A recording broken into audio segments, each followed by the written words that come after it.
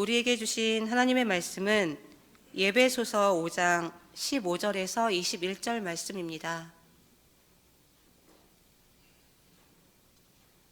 그런즉 너희가 어떻게 행할지를 자세히 주의하여 지혜 없는 자 같이 하지 말고 오직 지혜 있는 자 같이 하여 세월을 얻기라 때가 악하니라.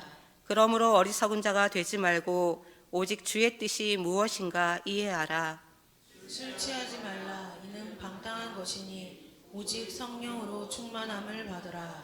시와 찬송과 신령한 노래들로 서로 화답하며 너희의 마음으로 주께 노래하며 찬송하며 범사에 우리 주 예수 그리스도의 이름으로 항상 아버지 하나님께 감사하며 같이 읽겠습니다. 그리스도를 경외함으로 피차 복종하라. 아멘. 창세기 1장을 보면 하나님께서 말씀으로 천지를 창조하시는 과정이 나옵니다. 맨 처음 세상은 공허하며 흑암이 깊었습니다. 그때 하나님께서는 빛이 있으라 하셨고 그 빛을 보시기에 좋았더라 라고 말씀하셨습니다. 창조 마지막 날 하나님이 그 모든 것을 보시기에 심히 좋았더라 라고 하셨습니다. 하나님이 보시기에 좋았던 세상이 아담과 하와의 범죄 이후 죄로 인해 어두움이 가득하였습니다. 그래서 하나님께서는 아들 예수님을 이 땅에 구원의 빛으로 보내주셨고 예수님은 하나님과 우리와의 단절된 관계를 회복시켜 주시기 위해 우리에게 참 자유를 주시기 위해 오셨습니다. 우리는 예수님께서 흘리신 보혈로 인해 죄를 용서받았고 하나님의 자녀가 되었습니다.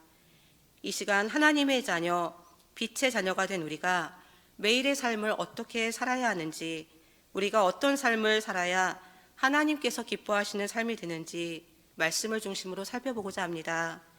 하나님께서 말씀을 통해 우리를 깨닫게 하시어 저와 여러 성도님들 모두 은혜의 시간이 되기를 원합니다. 첫째는 하나님께서 기뻐하시는 사람은 지혜 있는 사람입니다. 본문 15절 말씀에 그런즉 너희가 어떻게 행할지를 자세히 주의하여 지혜 없는 자 같이 하지 말고 오직 지혜 있는 자 같이 하여 라고 말씀합니다.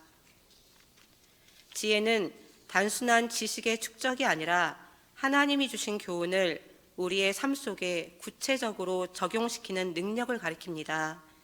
그렇다면 지혜는 누가 주시는 걸까요? 야고보서 1장 5절 말씀에 너희 중에 누구든지 지혜가 부족하거든 모든 사람에게 후히 주시고 꾸짖지 아니하시는 하나님께 구하라 그리하면 주시리라 라고 말씀합니다. 하나님은 우리에게 지혜를 주시는 분이십니다. 그리고 지혜를 얻고자 하는 기도에 기뻐하시는 분이신 것을 솔로몬의 이야기를 통해 알 수 있습니다.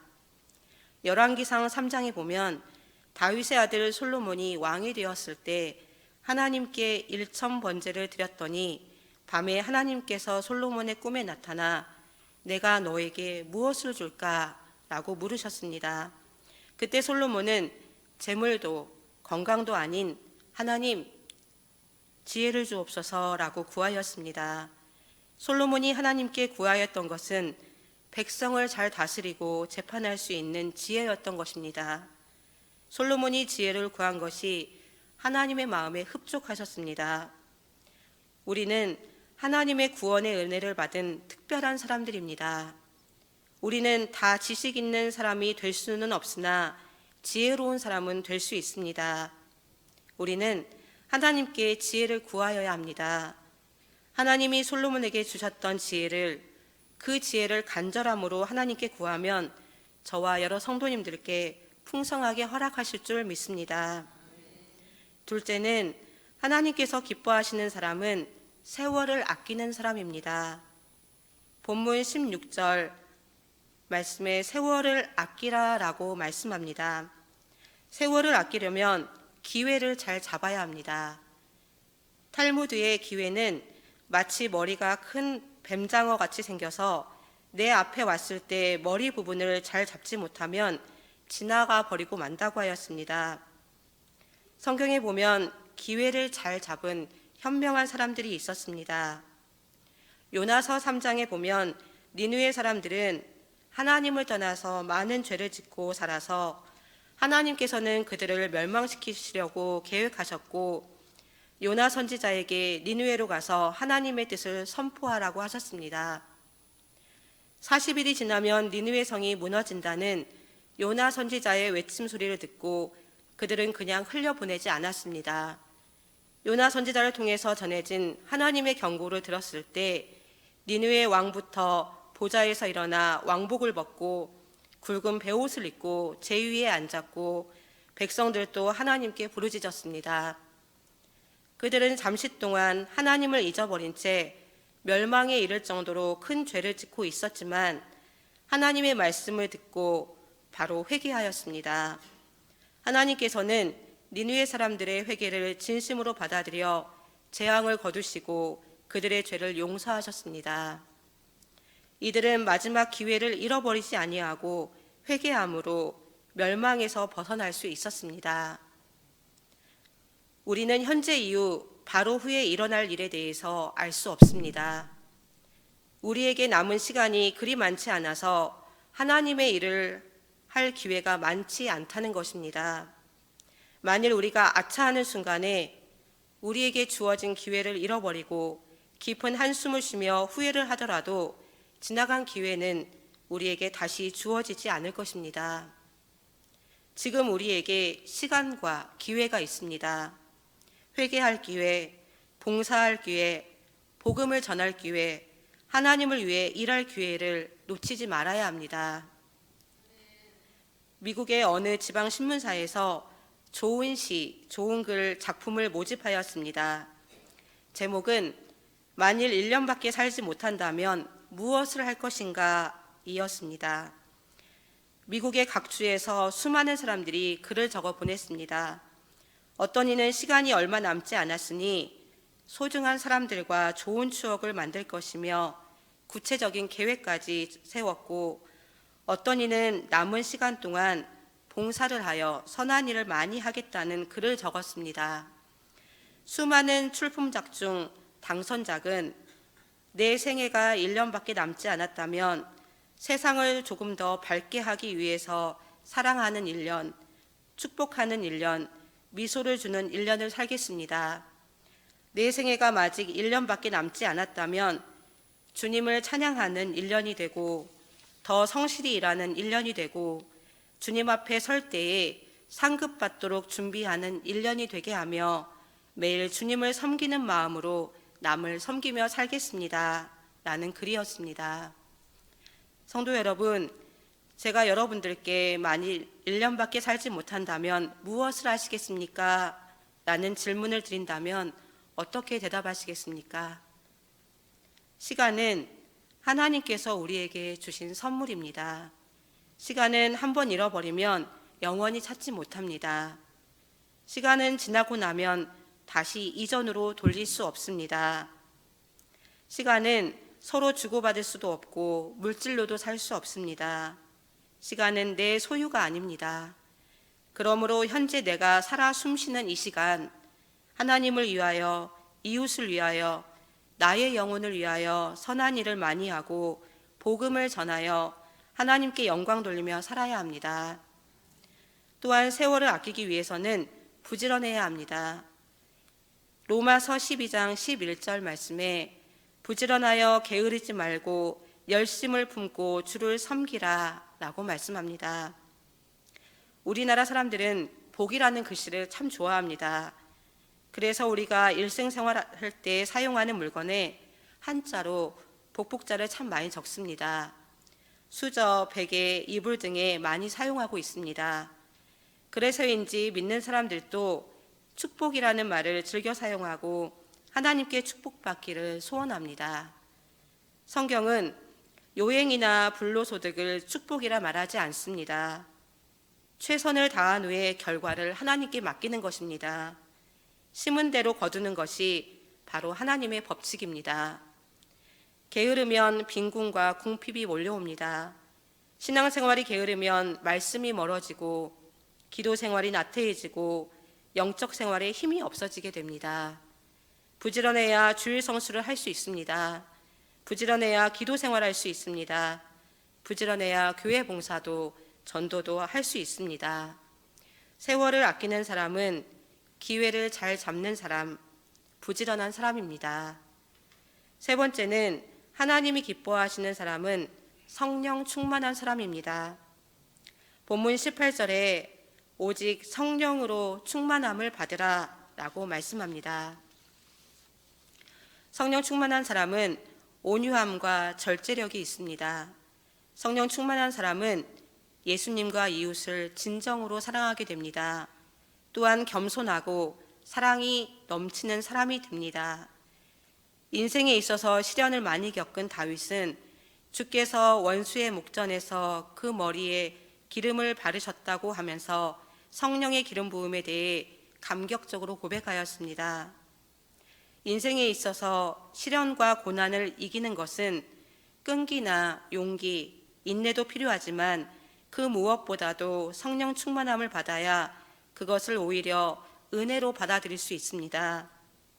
초대교회 성도들은 그 극심한 환난 속에서 성령의 충만함을 받아 넉넉히 이겼고, 베드로는 학식이 없었지만 성령 충만함으로 그의 설교에 수많은 사람들이 회개하였습니다.